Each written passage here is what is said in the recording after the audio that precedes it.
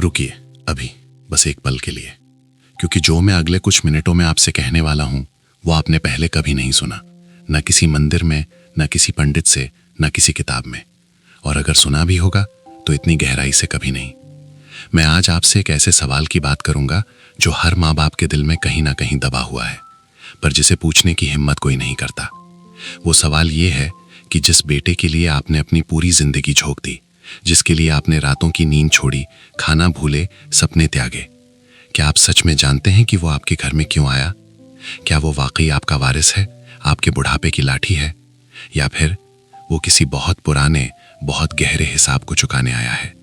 एक ऐसा हिसाब जो आपने खुद किसी पिछले जन्म में बनाया था। अगर ये सुनकर आपके रोंगटे खड़े हो गए हैं तो अच्छा है, क्योंकि इसका मतलब है आपकी आत्मा इस सच को पहचान रही है। और अगर आप अगले कुछ मिनट ध्यान से सुन लें तो मैं वादा करता हूं कि जो बोझ आप सालों से अपने सीने पर उठाए चल रहे हैं वो आज थोड़ा हल्का होगा। ये कोई धार्मिक प्रवचन नहीं है, ये कोई मीठी मीठी बातें नहीं है जो सुनकर आप 10 मिनट अच्छा महसूस करें और भूल जाएं। ये गरुड़ पुराण का वो कड़वा, नंगा और बेरहम सच है जो हजारों सालों से बंद किताबों में दफन पड़ा था। आज वो सच बाहर आएगा। तो शुरू करते हैं उस पल से जो हर माँ बाप की जिंदगी का सबसे खूबसूरत और सबसे खतरनाक पल होता है। अस्पताल का वो कमरा, सफेद दीवारें, बाहर बैठे रिश्तेदार, और फिर नर्स का वो एक जुमला, बेटा हुआ है। उस पल में एक पिता की आंखों से जो आंसू बहते हैं वो रोने के नहीं होते, वो जीत के होते हैं। वो उस इंसान के आंसू होते हैं जिसे लगता है जैसे उसकी पूरी जिंदगी आज सफल हो गई। घर में मिठाइयां बंटती हैं, ढोल बजते हैं, बुजुर्ग आते हैं, और सबसे पहले जो शब्द कहे जाते हैं वो होते हैं, वंश आगे बढ़ा, नाम रोशन होगा, बुढ़ापे का सहारा आ गया। ये 3 वाक्य, इन 3 छोटे छोटे वाक्यों में एक पिता का पूरा भविष्य होता है, पूरी उम्मीद होती है, पूरा सपना होता है। और यहीं से शुरू होती है वो गलती जो बाद में जाकर सबसे गहरी पीड़ा बन जाती है। वो पिता उस नवजात बच्चे को गोद में उठाता है, उन बंद आंखों को देखता है, उन नन्हे हाथों को देखता है, और उस पल उसके मन में एक ही विचार होता है, यही मेरी असली दौलत है, यही मेरी पहचान है। और उसी रात से वो इंसान बदल जाता है, उसकी नींद बदल जाती है, उसके सपने बदल जाते हैं।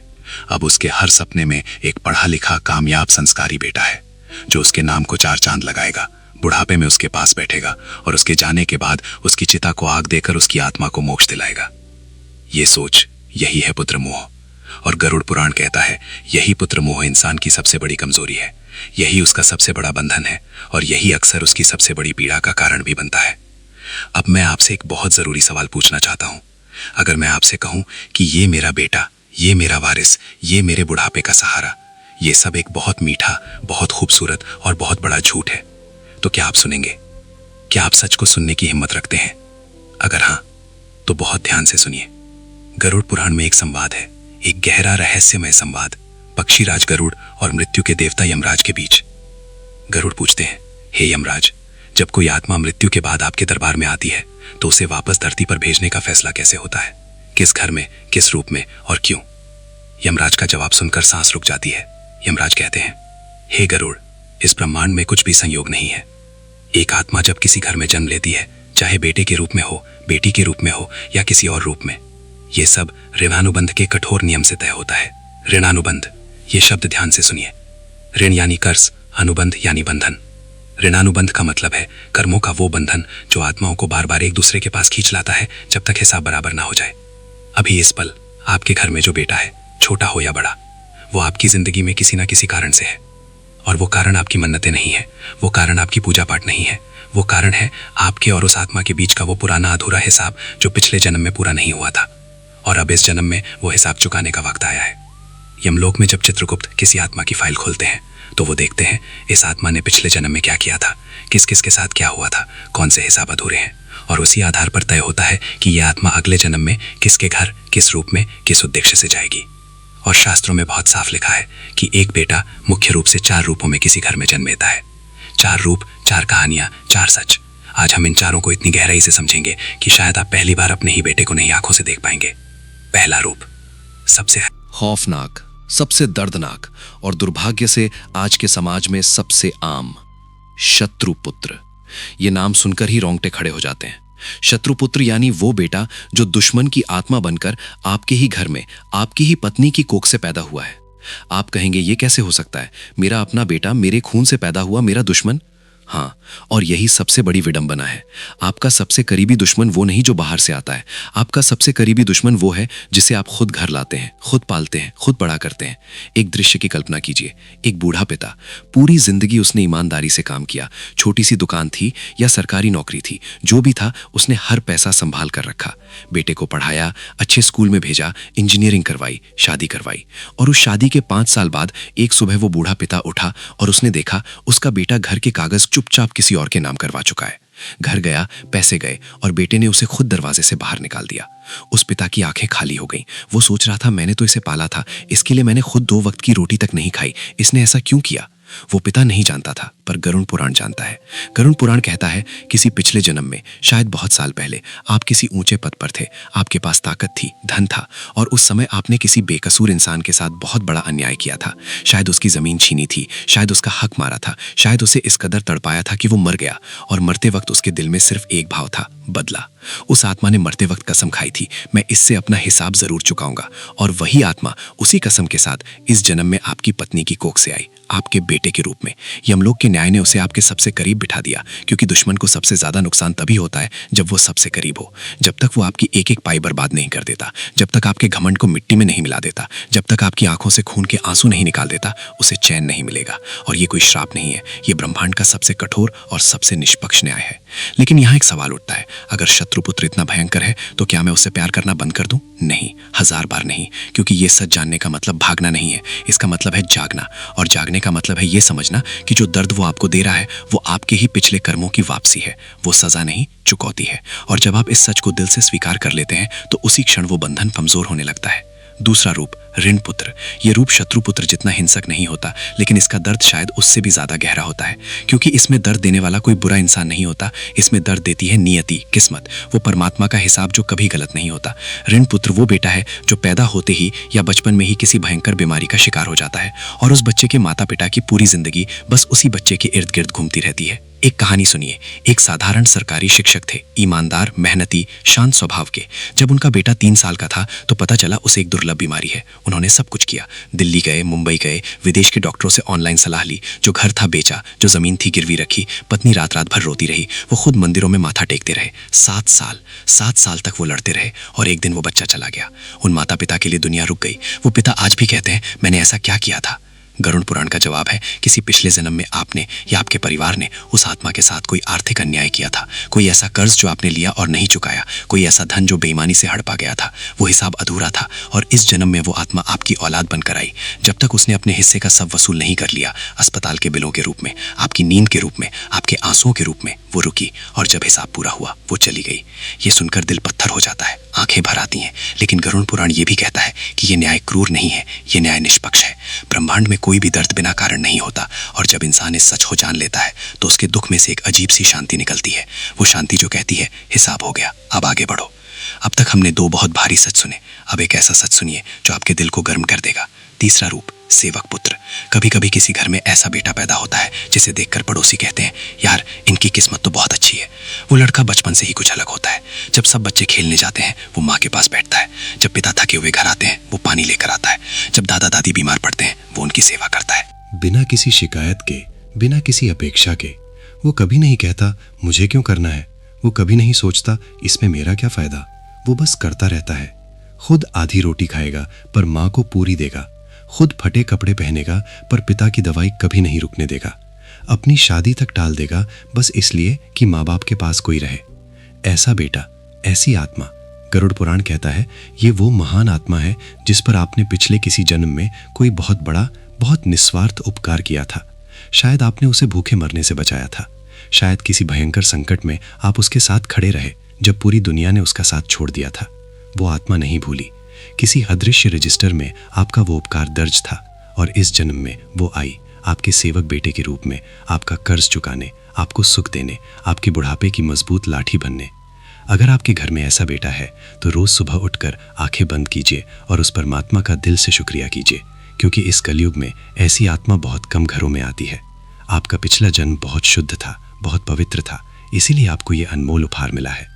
और अब सबसे अंतिम, सबसे पवित्र, सबसे दुर्लभ रूप, धर्मपुत्र। लाखों में, करोड़ों में किसी एक घर में ऐसी आत्मा आती है। ये वो बेटा है जो सिर्फ माता पिता का नहीं होता, ये पूरे कुल का, पूरे समाज का, पूरी मानवता का होता है। वो बचपन से ही अलग होता है। उसकी आंखों में एक अजीब सा नूर होता है, उसके शब्दों में एक वजन होता है, उसके कामों में एक निस्वार्थता होती है जो देखकर लोग कह उठते हैं ये बच्चा कुछ और है।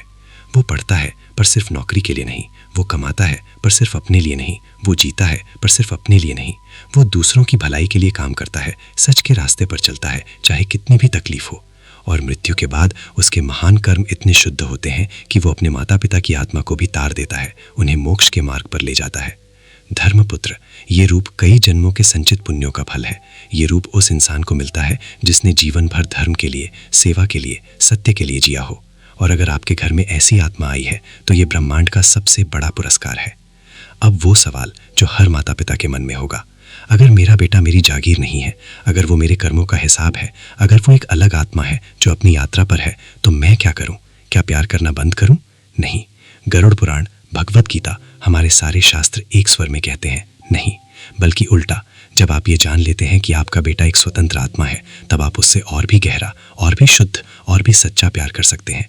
क्योंकि अब वो प्यार मोह से नहीं निकलता, अपेक्षाओं से नहीं निकलता, डर से नहीं निकलता। वो प्यार निकलता है करुणा से, समझ से, आत्मा की सच्ची गहराई से। भगवान श्री कृष्ण ने गीता में कहा था, कर्म करो, फल की चिंता मत करो।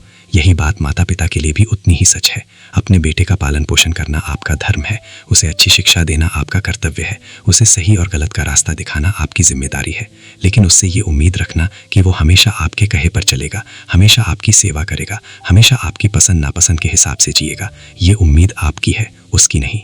और जब वो उम्मीद टूटती है तो दर्द होता है, और उस दर्द का कारण वो नहीं है, उस दर्द का कारण वो उम्मीद है जो आपने उस पर थोपी थी। जिस दिन आपने अपने बेटे को एक ऐसी आत्मा के रूप में देखा जो अपनी यात्रा पर है और आप सिर्फ उसे इस दुनिया में लाने का माध्यम है, उसी दिन आपकी आत्मा का एक बहुत बड़ा बोझ उतर जाएगा। अब गरुड़ पुराण का वो सच जो शायद आपकी रातों की नींद उड़ा दे। जो पिता अपने बेटे के मुंह में अंधा होकर दूसरों का हक मारता है, जो पिता अपने बेटे को राजा बनाने के लिए बेईमानी करता है, भ्रष्टाचार करता है, गरीबों की रोटी छीनता है, गरुड़ पुराण कहता है उस पिता की मृत्यु के बाद यमदूत उसे सीधे तप्त मूर्ति नरक में ले जाते हैं, जहां उसे लाल गर्म लोहे के खंभों से बांधा जाता है। वो तड़पता है, चीखता है, और जिस बेटे के लिए उसने ये सब किया था वो बेटा उस नरक में उसके पास नहीं आता, क्योंकि पाप बांटे नहीं जाते, पाप सिर्फ उसी के खाते में जाते हैं जिसने किए। और वो बेटा उसी बेईमानी के पैसों से इस दुनिया में मौज कर रहा होता है। ये सुनकर कुछ लोग कहेंगे ये बहुत क्रूर है, लेकिन क्रूरता ये नहीं है। क्रूरता तो वो है जो उस पिता ने की थी जब उसने किसी बेकसूर के आंसुओं की परवाह नहीं की।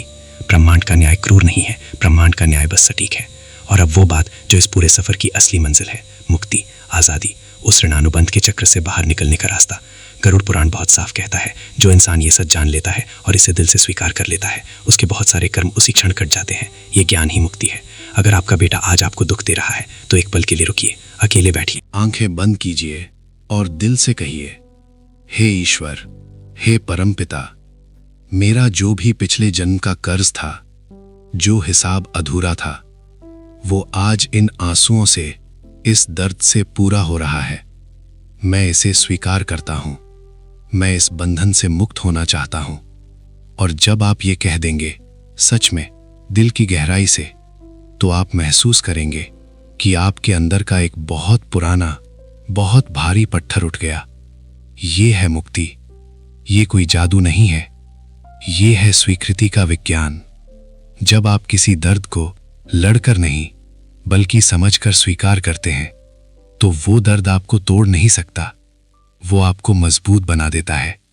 ये बात उन सभी माताओं के लिए है जो आज किसी अकेले कमरे में बैठकर रो रही हैं, उन सभी पिताओं के लिए जो जिंदगी भर मेहनत करने के बाद आज बेटे की ठंडी नजरों का सामना कर रहे हैं, उन सभी परिवारों के लिए जो ये समझ नहीं पा रहे कि हमने तो सब सही किया, फिर ये दर्द क्यों। सुनिए, आपने गलत नहीं किया, आप बुरे नहीं हैं, आप बस अपना कर्ज चुका रहे हैं। और जब हिसाब पूरा होगा तो इस दर्द में से एक नई रोशनी निकलेगी। अपने बेटे से प्यार कीजिए, पर उसे अपनी जिंदगी की एकमात्र जरूरत मत बनाइए। उसे अच्छे संस्कार दीजिए, पर उसके हर फैसले को कंट्रोल करने की कोशिश मत कीजिए। उसे दुनिया की हर खुशी देने की कोशिश कीजिए, पर इसके लिए कभी किसी का हक मत मारिए, क्योंकि जो आप आज किसी और के साथ करेंगे वो कल किसी ना किसी रूप में आपके पास वापस आएगा। यही है कर्म, यही है सत्य, यही है गरुड़ पुराण का वो कड़वा और नंगा सच। आज हमने एक बहुत लंबी यात्रा की।